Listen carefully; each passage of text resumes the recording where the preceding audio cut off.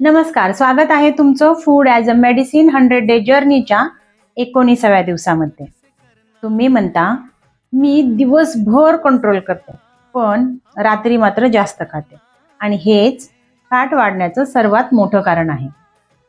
रात्री शरीर रेस्ट मोडमध्ये जातं, त्यामुळे डायजेशन स्लो होतं. तुम्ही मात्र हेवी खाल्लेलं असतं, त्यामुळं काय होतं, फॅट स्टोरेज वाढतं, ब्लॉटिंग वाढतं, स्लीप डिस्टर्ब होते. त्याचा परिणाम काय होतो, दुसऱ्या दिवशी थकवा आल्याचं फिलिंग राहतं, क्रेविंग्ज वाढतात आणि पुन्हा ओव्हर इटिंग होतं आणि हे विषय चक्र कंटिन्यू सुरूच राहतं.